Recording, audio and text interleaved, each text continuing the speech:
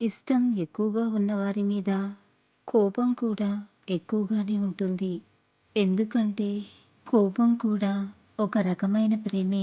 మంచి జీవితానికి మూల సూత్రాలు చదువు, సంస్కారం. చదువు ఎప్పుడు తలదించనివ్వదు. సంస్కారం ఎప్పుడు పడిపోనివ్వదు. శ్వాస ఉన్నంత వరకు మనిషికి ఏదో ఒక సమస్య ఉంటూనే ఉంటుంది. ఏ సమస్య లేనప్పుడే సంతోషంగా ఉంటాను అనుకుంటే మనం సంతోషంగా ఉండేది ఒక్క సమాధిలోనే.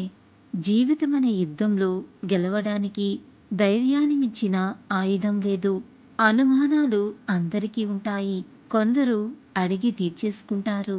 కొందరు మోస్తూ తిరుగుతూ ఉంటారు. రేపు అనే రాత ఏంటో తెలియనప్పుడు నేడు అనే నీ సంతోషాన్ని ఎప్పుడూ వదులుకోకు. అదృష్టం తనంతట తానుగా వచ్చి తలుపు తడుతుందని అందరూ చెబుతూ ఉంటారు. నమ్మొద్దు. అది అవకాశ రూపంలో ఉంటుంది. దాన్ని వెంటాడు. సొంతం చేసుకో. అదే అదృష్టం అంటే. పట్టుకున్నంత వరకు, తట్టుకున్నంత వరకే. ఏ బాధైనా, ఏదైనా ఒక్కసారి వదిలేసి చూడు. నిన్ను ఏదీ ప్రభావితం చెయ్యలేదు. ఇల్లు బాగుండాలంటే బాధ్యత గల తండ్రి ఉండాలి.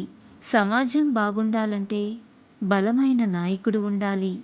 కానీ మనం బాగుండాలి అంటే మాత్రం ఒక మంచి స్నేహితుడు ఉండాలి.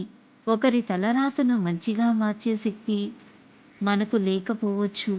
కానీ ఒకరు మన వల్ల సంతోషంగా జీవించేలా మార్చే శక్తి మనలోనే ఉంటుంది.